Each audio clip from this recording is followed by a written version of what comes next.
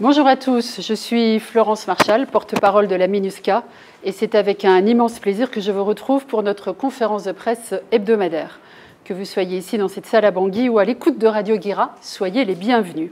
Commençons avec l'actualité de la représentante spéciale du secrétaire général pour la République centrafricaine et chef de la MINUSCA, Valentine Rugwabiza, s'est rendue la semaine dernière du 14 au 17 juillet en visite officielle en République populaire de Chine, où elle a eu plusieurs rencontres de haut niveau avec les autorités politiques et sécuritaires du pays. Leurs discussions ont porté sur les récents développements dans la mise en œuvre du mandat de la MINUSCA en vue de bâtir une compréhension commune avant le prochain vote sur le renouvellement du mandat de la mission, un vote qui, comme vous le savez, est programmé en novembre prochain. La chef de la MINUSCA a également visité une entreprise leader mondiale dans le secteur des énergies renouvelables, ainsi que l'Institut chinois de formation des forces de police de maintien de la paix, où elle a pu apprécier les capacités et l'état opérationnel des recrues, mais aussi l'engagement ferme des autorités chinoises pour des opérations de maintien de la paix plus efficientes. La République populaire de Chine est un acteur majeur du financement des 11 opérations de maintien de la paix de l'ONU qui sont actuellement en cours, dont la MINUSCA. La République populaire de Chine, acteur majeur du financement, avec une contribution qui représente près de 24% du budget total. La République populaire de Chine est l'un des 5 membres permanents du Conseil de sécurité des Nations unies qui établit, prolonge, modifie ou met fin au mandat des opérations de maintien de la paix. Alors, outre la République populaire de Chine, les autres membres permanents du Conseil de sécurité sont les États-Unis, la Fédération de Russie, la France et le Royaume-Uni. Le Royaume-Uni qui, justement, dont une délégation de l'ambassade qui est basée en République démocratique du Congo, mais qui couvre également la République centrafricaine. Donc, une délégation du Royaume-Uni est en visite cette semaine à Bangui. Au programme, des rencontres avec les responsables de la MINUSCA et d'autres partenaires présents en Centrafrique. L'objectif principal de cette visite est de maintenir l'engagement bilatéral de routine avec les partenaires présents en République centrafricaine et de mieux comprendre le contexte politico-sécuritaire, notamment les progrès du processus de paix, les préparations des élections, ainsi que les mécanismes de préparation aux crises. Le soutien technique, logistique, sécuritaire et financier de la MINUSCA aux opérations menées actuellement par l'unité d'exécution du Programme national de désarmement, démobilisation, réinsertion et rapatriement, l'UEPNDDRR, se poursuit. 2 sites sont désormais opérationnels, le premier à Maloum, dans la préfecture de la Ouaka, et le deuxième à Kui, dans l'Ouham Pendé.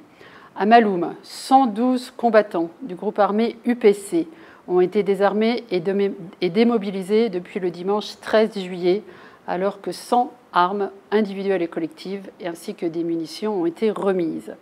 À Kui, ce sont 66 ex-combattants du groupe armé 3R qui ont été désarmés et démobilisés depuis le 18 juillet et 51 armes collectées.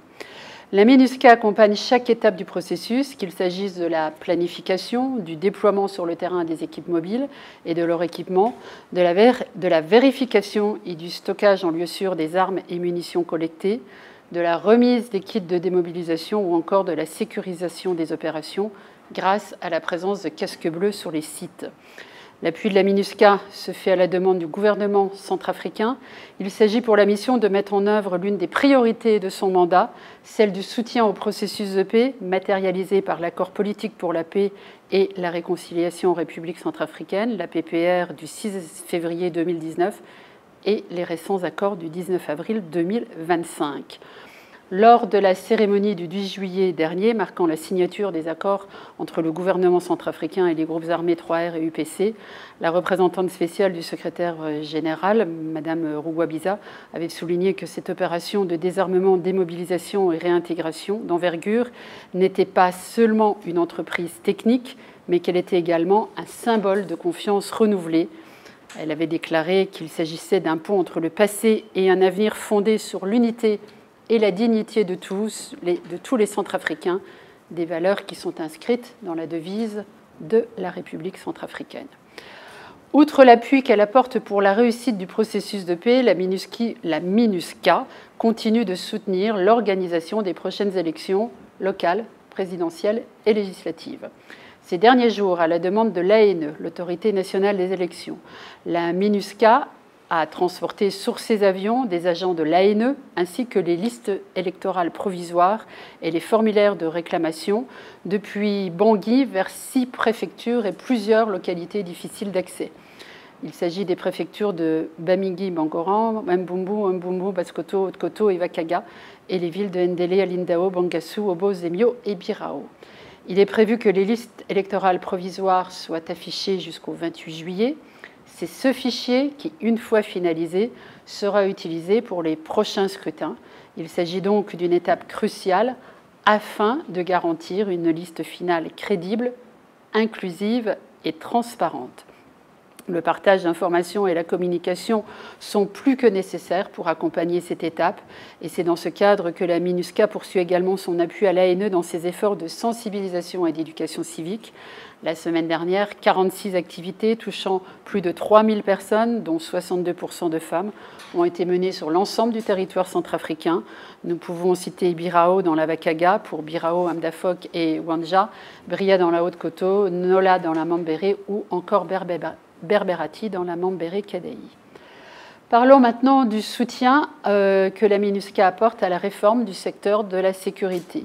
Des bâtiments administratifs et à usage d'instruction rénovés et équipés par la MINUSCA et la mission de formation de l'Union européenne en République centrafricaine, le UTM-RCA, ont été remis hier au gouvernement centrafricain en présence du président de la République et chef de l'État et du représentant spécial adjoint du secrétaire général des Nations Unies par intérim.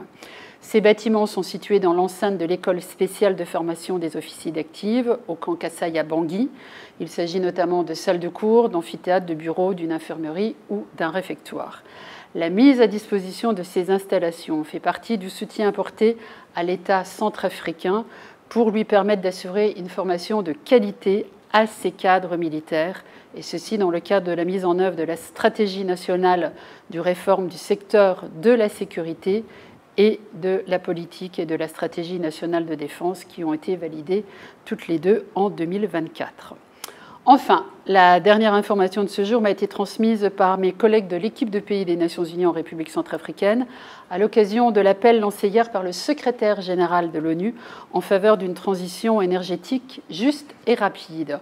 En déclarant que les énergies fossiles sont en bout de course et que nous sommes à l'aube d'une ère des énergies propres, le secrétaire général a rappelé que les énergies renouvelables ne sont plus un pari pour l'avenir, mais une réalité économique et un impératif sécuritaire qui peuvent créer des millions d'emplois, garantir l'accès à une énergie propre, abordable, souveraine et renforcer la stabilité des économies face aux chocs géopolitiques.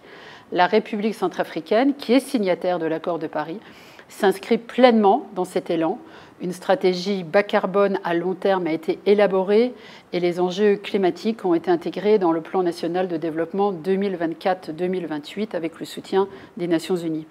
En visant une réduction inconditionnelle de 11,8% et conditionnelle de 24,3% de ses émissions de gaz à effet de serre d'ici à 2023, la Centrafrique affirme sa volonté de conjuguer relèvement, développement durable et résilience climatique. Elle s'engage à mettre en œuvre une transition énergétique juste, inclusive et adaptée à ces réalités. C'est un engagement que le système des Nations Unies en République centrafricaine est prêt à accompagner, malgré les nombreux défis identifiés, notamment celui de la mobilisation insuffisante des ressources.